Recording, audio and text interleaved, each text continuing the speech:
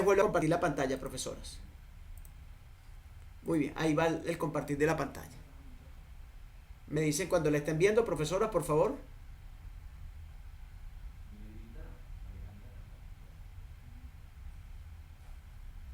¿Se logra ver la pantalla, profesoras? Se observa, profe. Perfecto, excelente.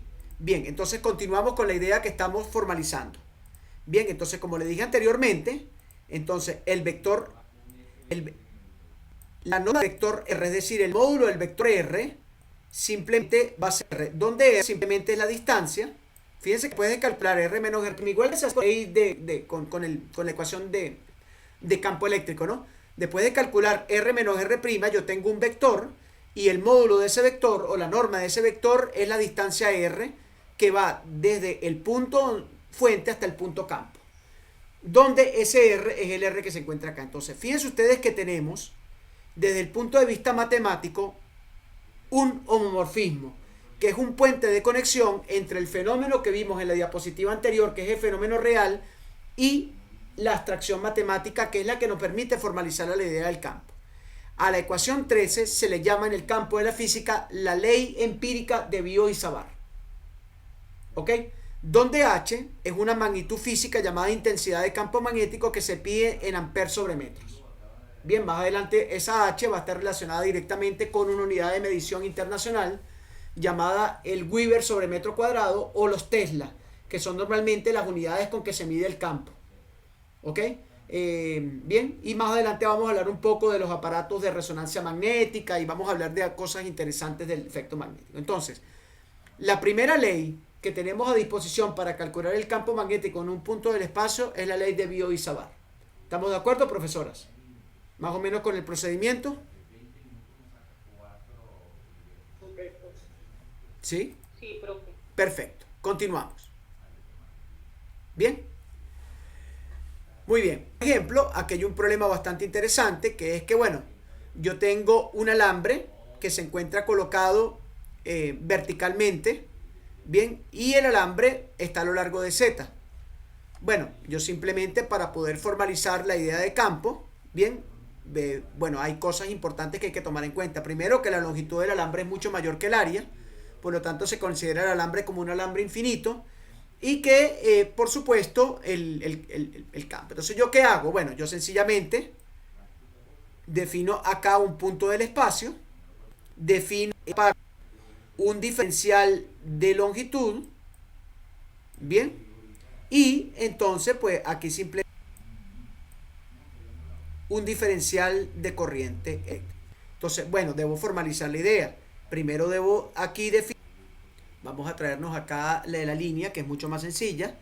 Defino un vector que va desde el punto fuente,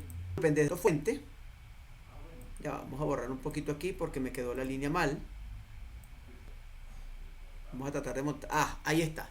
Defino un primer vector al cual que es el que va desde el origen hasta el punto donde deseo calcular el campo. Luego defino un vector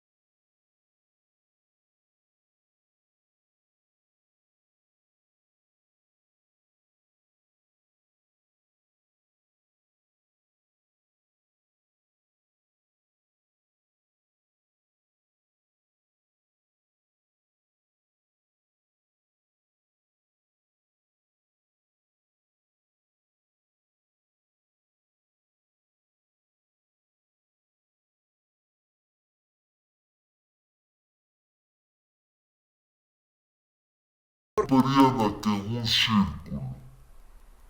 Si la ley de Ampere corresponde a aplicar una simetría perfecta, ¿cuál de las tres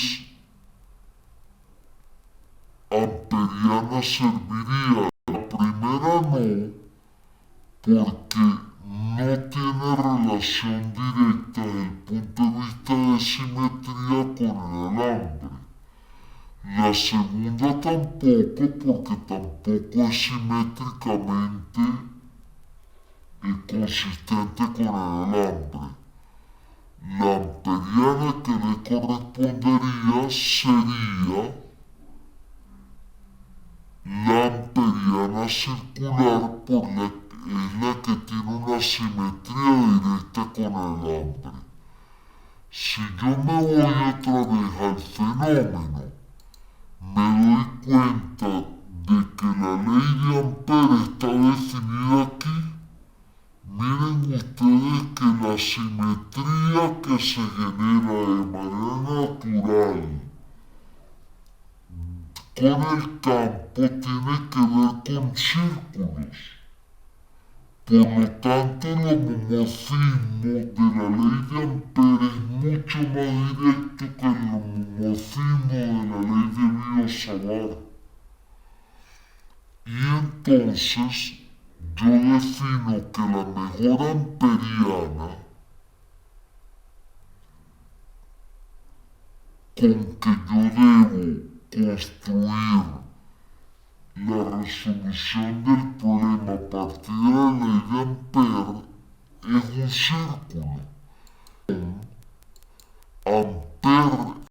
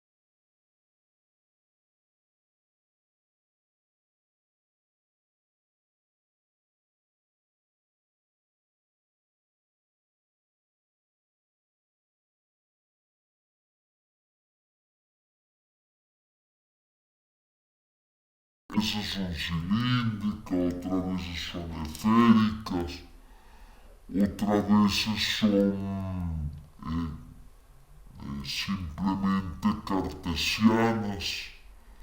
Bien, acá no, acá simplemente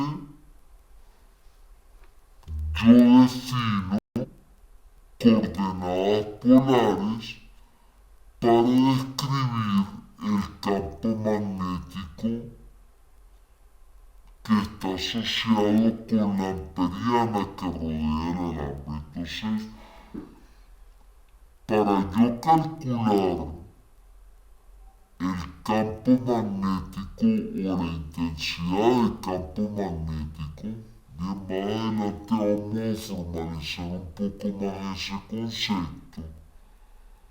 Simplemente yo defino una amperiana y utilizo la ecuación 14 para poder calcular precisamente el campo magnético generado. Fíjense que son dos técnicas distintas.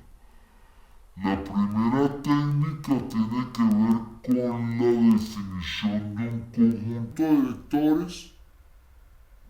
permiten entonces a mí asociar a el campo magnético directamente con el campo magnético con la fuente del campo que sería la corriente. En el segundo caso utilizo el principio de simetría, donde digo, bueno, yo voy a buscar precisamente un efecto simétrico que me permita a mí tener un puente de conexión entre el fenómeno real y la ecuación. Fíjense ustedes que al final de cuentas esto es una integral de camino cerrado y es exactamente lo que tengo acá. Un circuito cerrado. A un circuito cerrado que le corresponde simétricamente una integral de camino.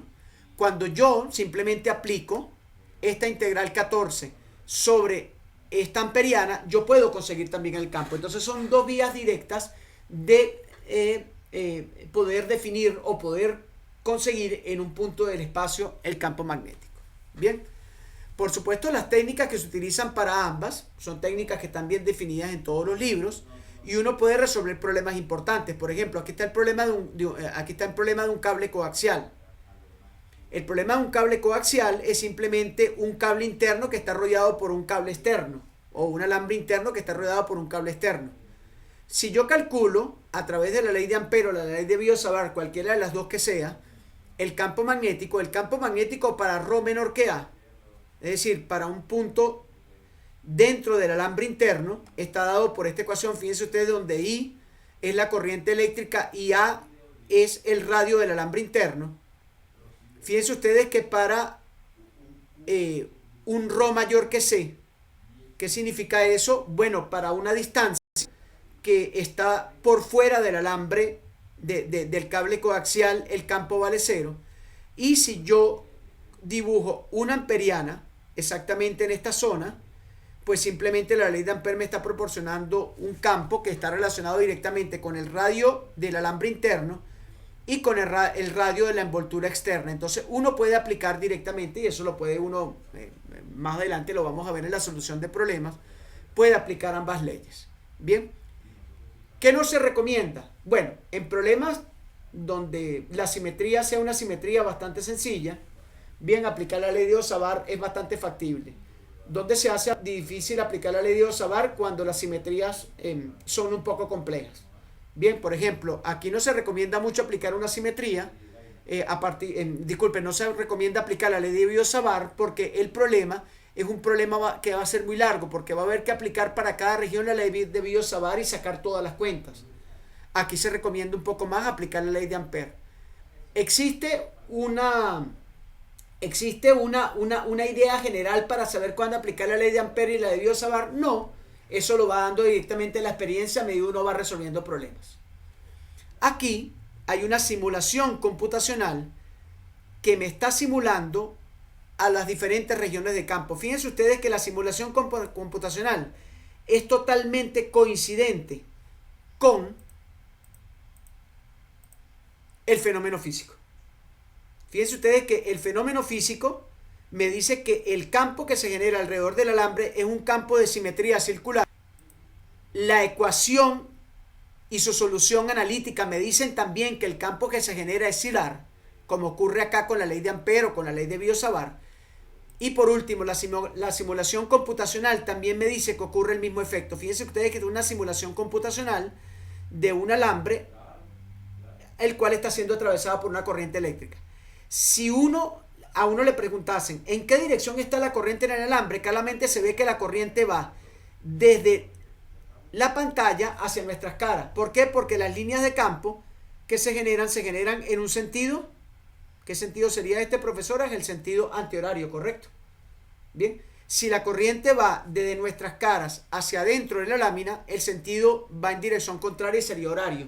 Entonces, fíjense que uno tiene un homomorfismo que me permite conectar el fenómeno físico directamente con la formalización matemática.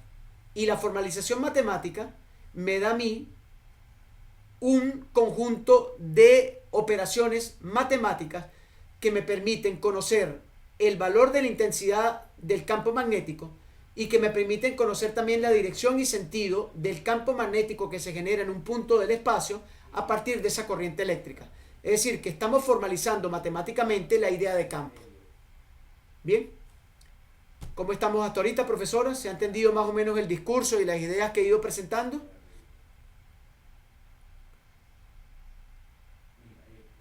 ¿Comentarios? Sí, profe, se ha entendido. De igual manera guarde el video y Por supuesto, claro.